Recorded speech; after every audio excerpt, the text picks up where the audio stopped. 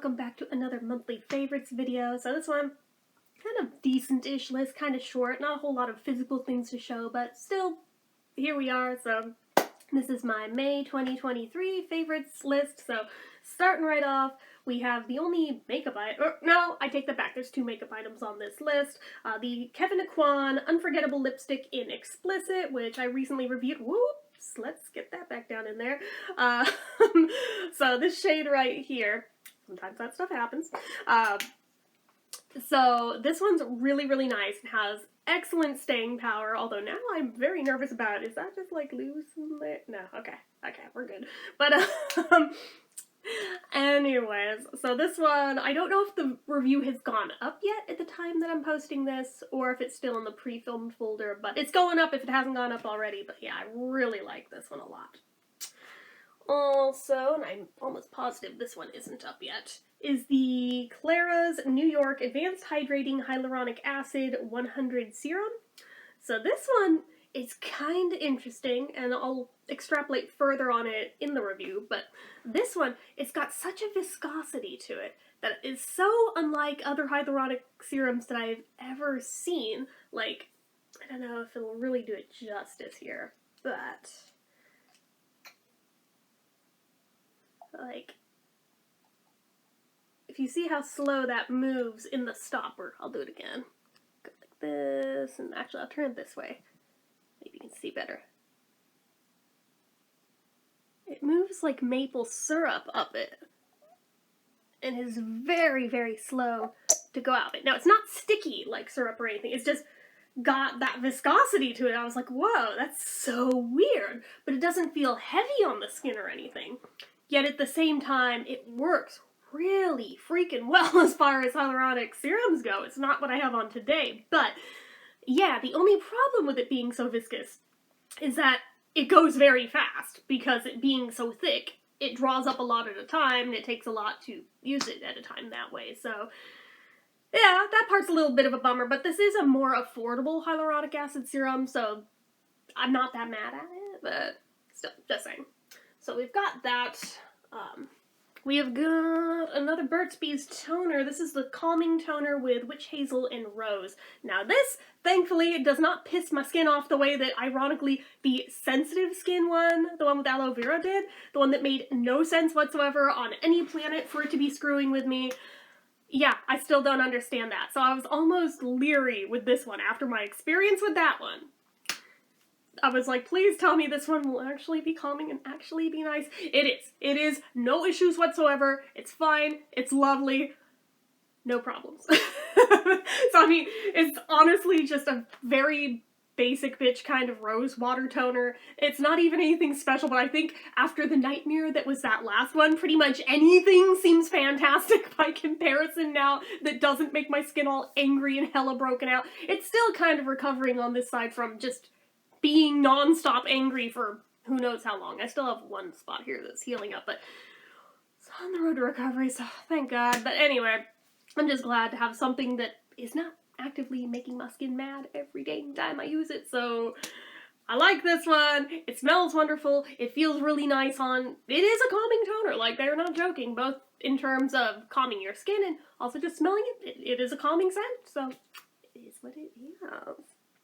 So then the other makeup item that I've got is from Merit. I know for a fact this review has not gone up yet. This is the Merit Beauty Flush Balm Cheek Color in Cheeky. Yeah, I keep having to look at my list over here for the full names of things. It literally does not have the name. It has the color name on it, but it doesn't have the product name, which is so weird. So I wanted to get that correct. And it was so intimidating to me for the longest time to even try, because this looks like it would be so dark. But it actually goes on a really nice color once you blend it out and everything. It's so nice. It's so nice, guys. Like, I have no words. I was really, really shocked by that. And especially for being a cream blush, which, I don't know, guys. They are very hit or miss for me. Some of them are fantastic. Some of them are just kind of mid. But this one I like. This one I like. Granted, it doesn't roll up or anything. So what you see is what you get. This is how much product is there, which doesn't seem like a lot, and yet at the same time it's blush, so I'm sure it'll still last me a freaking hell of a long time given how I am with blush in general, much less cream blush, but it's a nice one to have in my arsenal, and it's a little different than what I'm used to, but at the same time, it's really, really nice and really, really pretty. So then, on to media. We have still a Michael J. Fox film. I haven't reviewed that yet. Haven't even filmed it yet. I need to, but I've watched it several times over, predictably, because of course I have. Because it's Michael J. Fox, of course I have. I was actually surprised to get my hands on that one as fast as I did, because I don't have Apple TV. So for me, kind of had to go through some third-party modes, if you know what I mean, to get a hold of that one. So anyway, took less than 24 hours upon it being released because Michael J. Fox is so beloved and that one was so demanded on like all of those kind of sites that yeah, it showed up real quick. So it's just, it's a combination of both heartbreaking, seeing how he is now, the shape he's in, and knowing just how fast he's going downhill now, but at the same time, the way in which they did this documentary, basically it's like an autobiography, set to audio from his audiobooks of the books he's written so far about his life.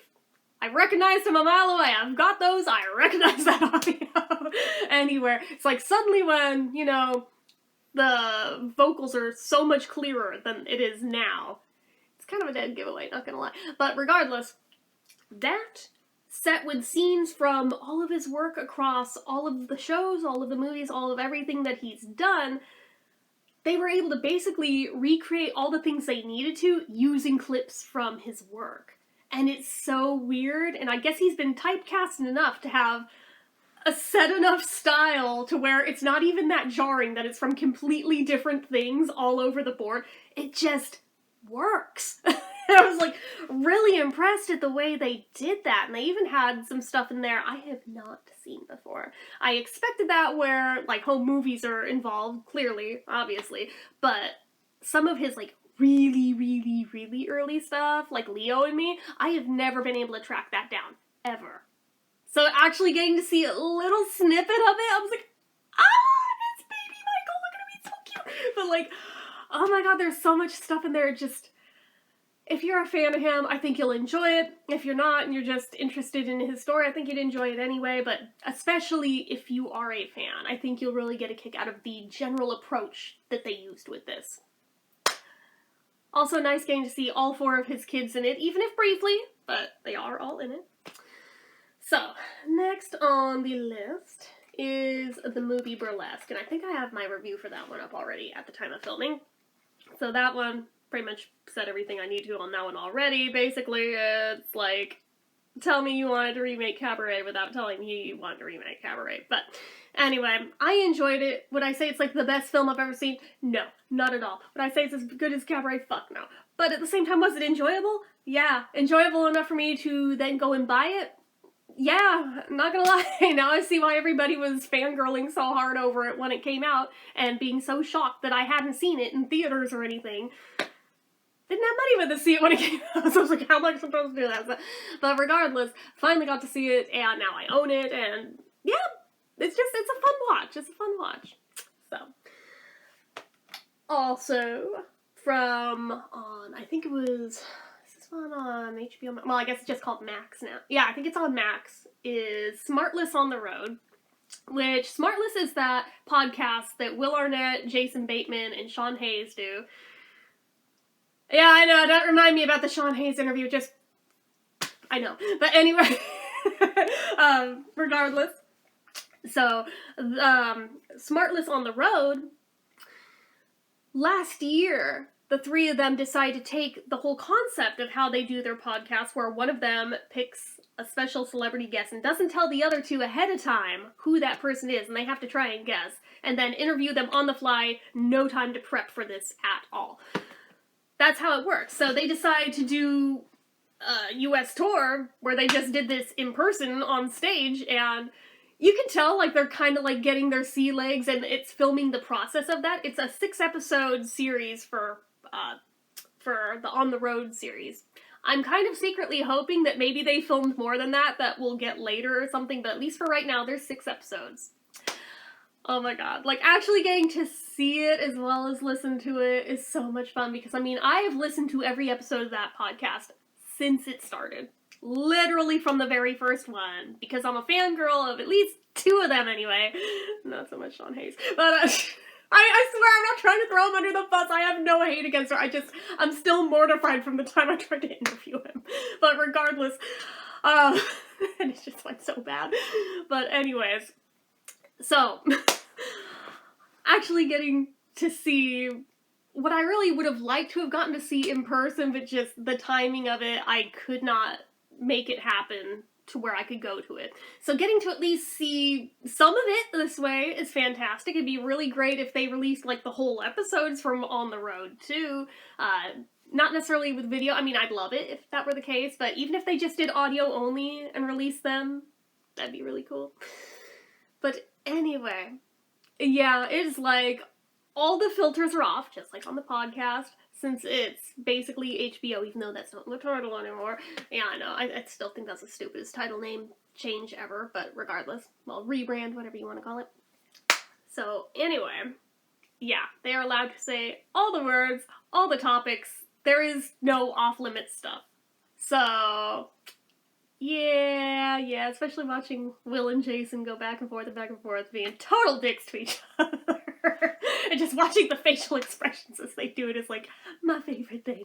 But anyway, yeah, that. But unexpected surprise was not expecting Will Arnett's kids to make appearances in it. Granted, his older boys with masks on, so he couldn't really like see him.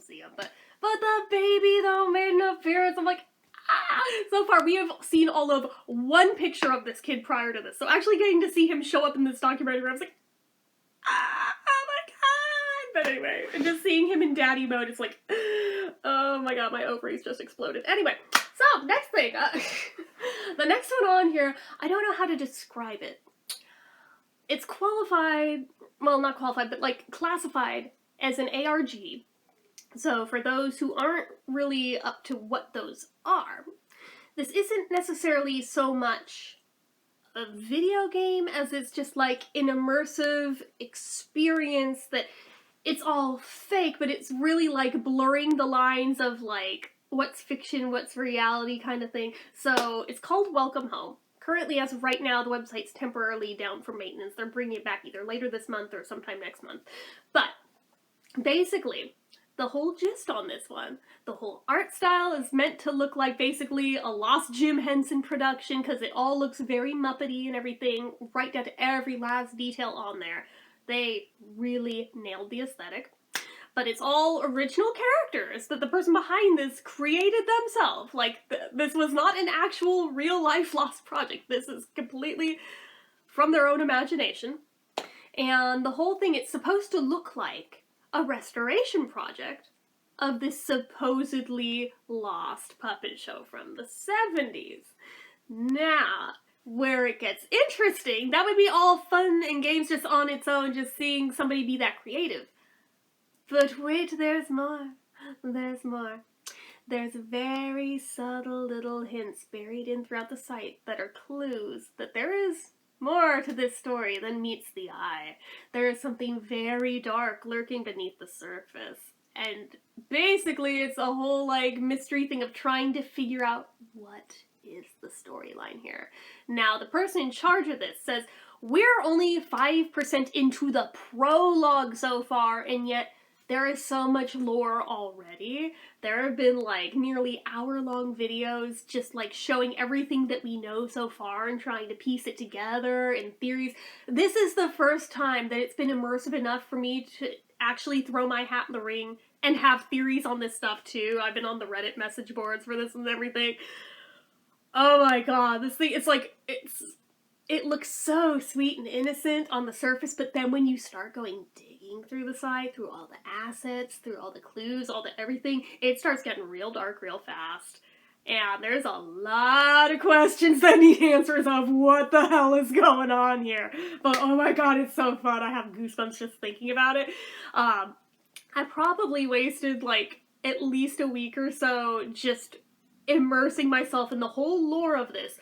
Unfortunately, timing-wise, because Film Theory or Game Theory or one of the theory channels did a whole video on what we know so far. When they did it, it brought it to the masses, and it basically crashed the website. So that's why it's currently down, and they're revamping everything, and in the midst of getting it all revamped, they're actually adding in the next piece, the next part.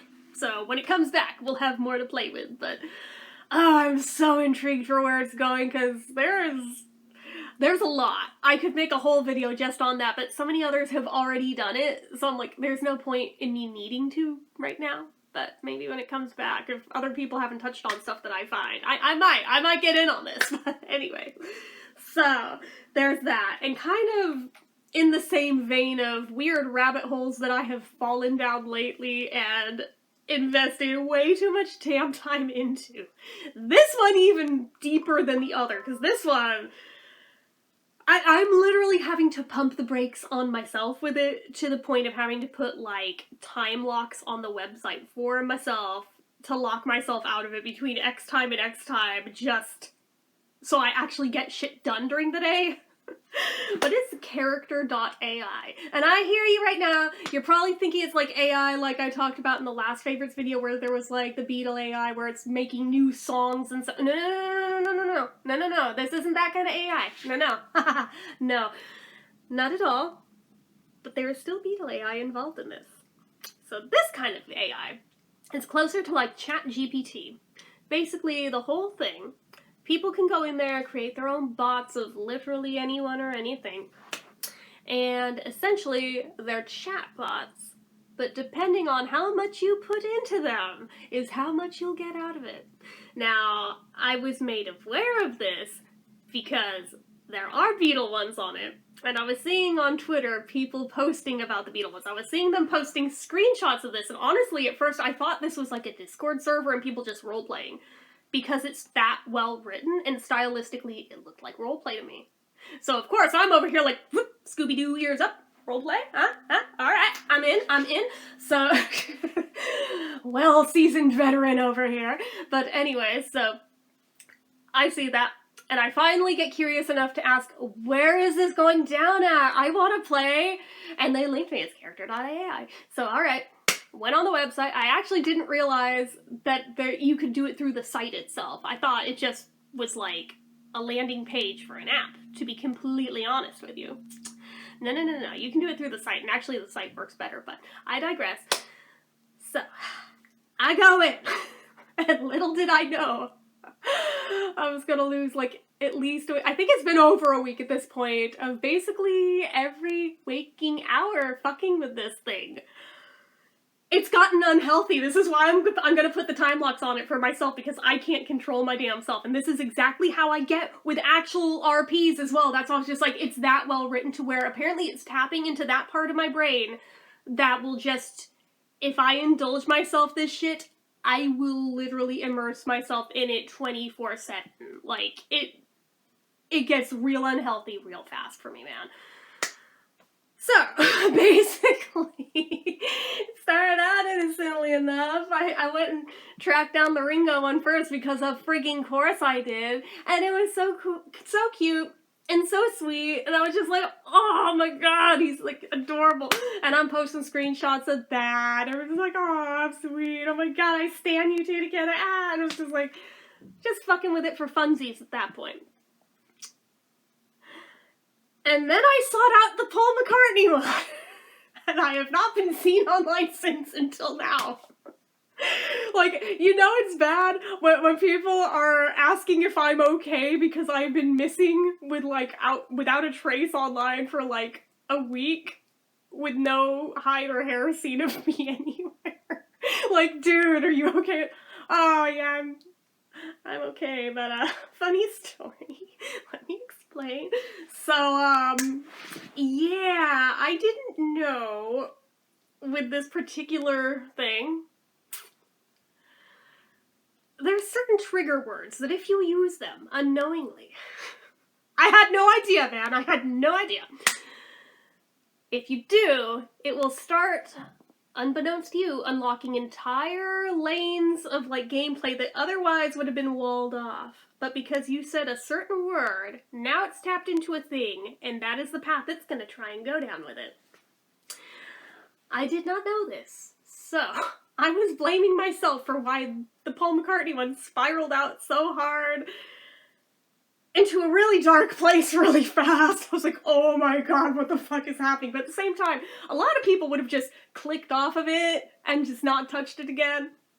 I'm over here like, oh my god, yes, like, bring it. I am here for all the dark storylines. Yes. Like, let's see how deep this goes. Holy shit.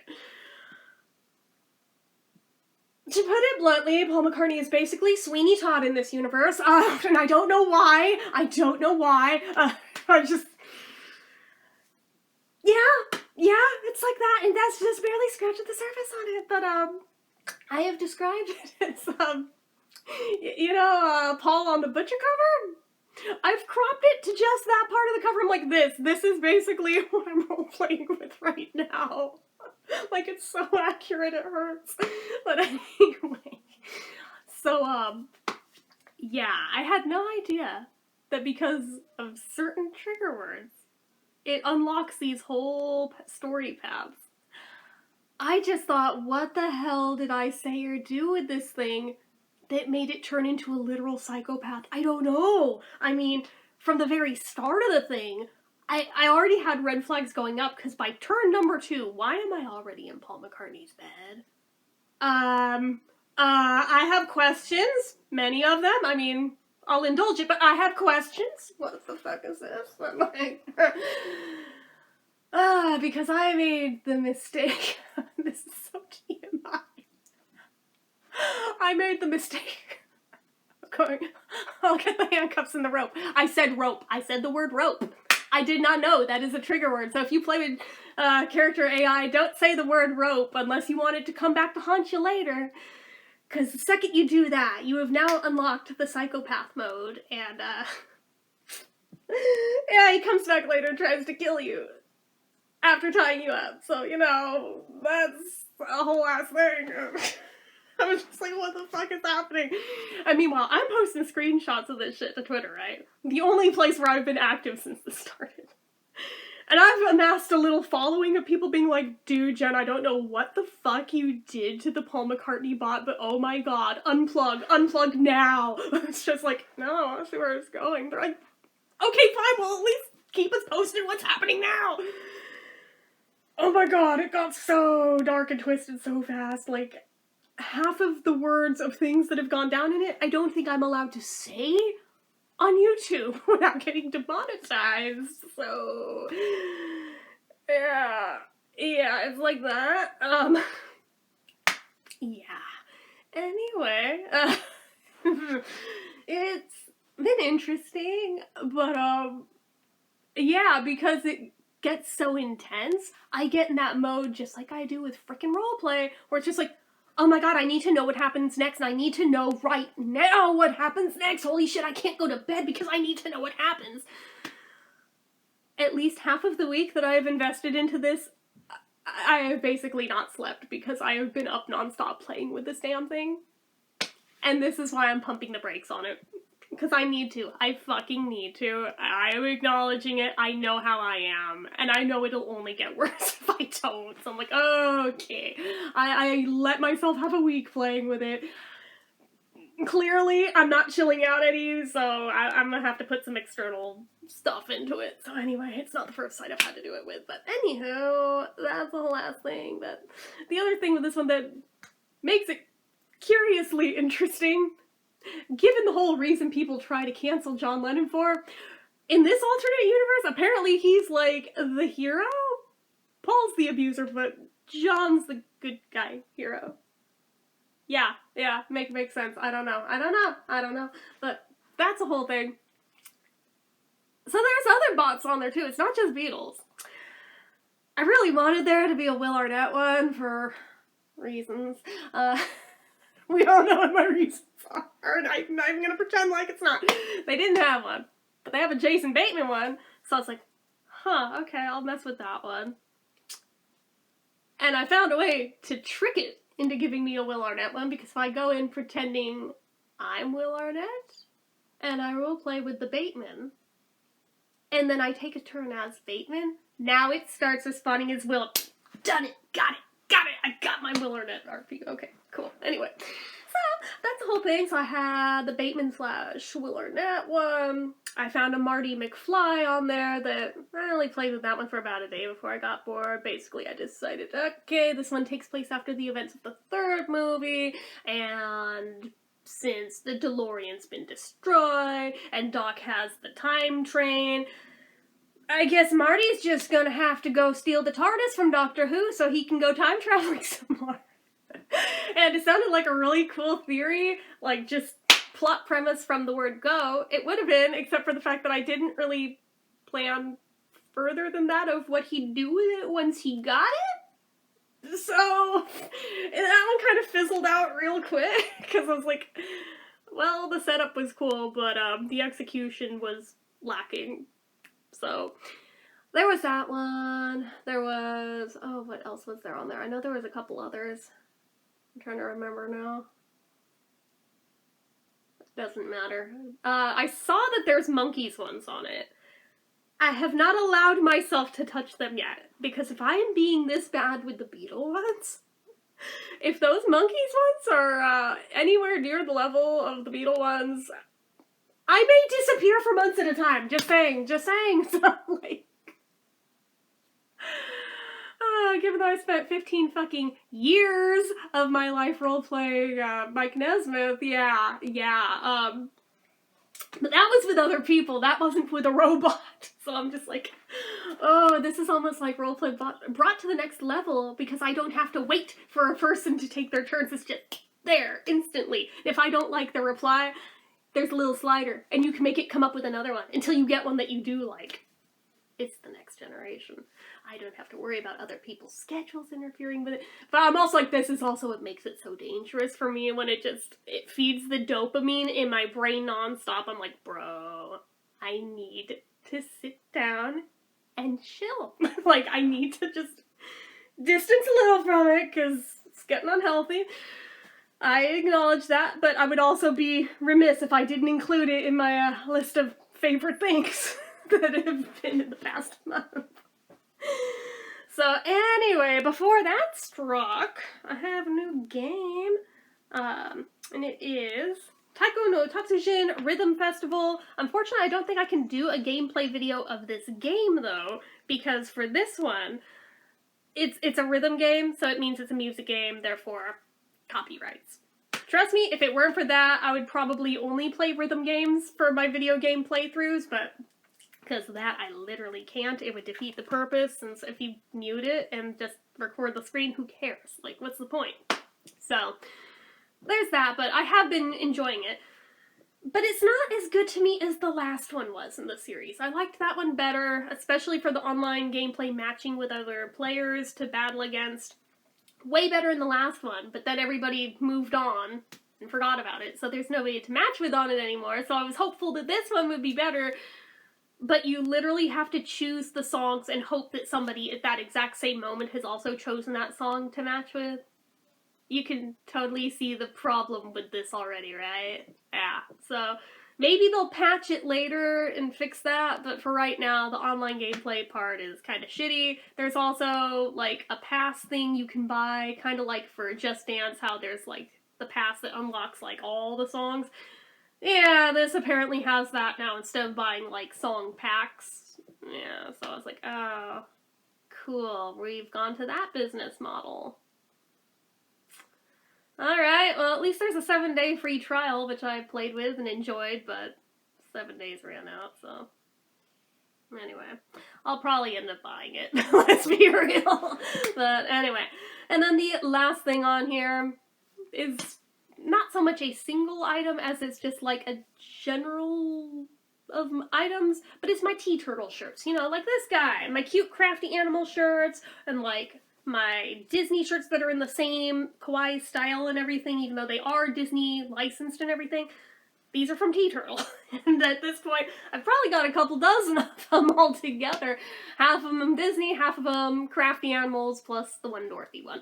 So, I don't know, I love these silly things so much. They're so cute, and every time I see that they have a sale with something that appeals to my interest, because they have so many different kinds, Yeah, there's always something that I could get at any point in time, and usually if I allow myself to, and they have stuff on clearance, next thing I know, I've spent like over $100 on cutesy t-shirts, which is what happened with the Disney one. It's like literally spent like $130 on Disney shirts that did I need? No. Did I want? Yes. I'm still sad that the ones I wanted the most badly, though, apart from the Aristocats and Lady and the Tramp, I did get those. The other ones, though, that I wanted the most badly, they didn't have in my size. Like, if I had wanted to go down to a small, I can physically squeeze into that. Like, this is a small, but I mean, it's very tight around here, and the sleeves don't leave much wiggle room, so it's like, I kind of like being the next size up, you know? But, yeah, they only had them in smalls, and I was like, God forbid I put on even, like, another few pounds, I don't think I would fit in them, so... Yeah, and I like the little bit of extra length on the mediums versus smalls, but anyway. But yeah, T-Turtle shirts, they're cutesies, they're lovable, I'm in love with them, especially in having new ones thrown into the mix to be able to wear now, so... Anyway, that's that. Since it's June, it's Pride Month, or the one with the rainbow, because of course I did, so. Anyways, that is it, guys. So, as usual, you know what to do. If you like this video, go ahead and give it a like. If you're not already and you'd like to be, click subscribe, hit that notification bell icon so you never miss an upload. Leave comments down below.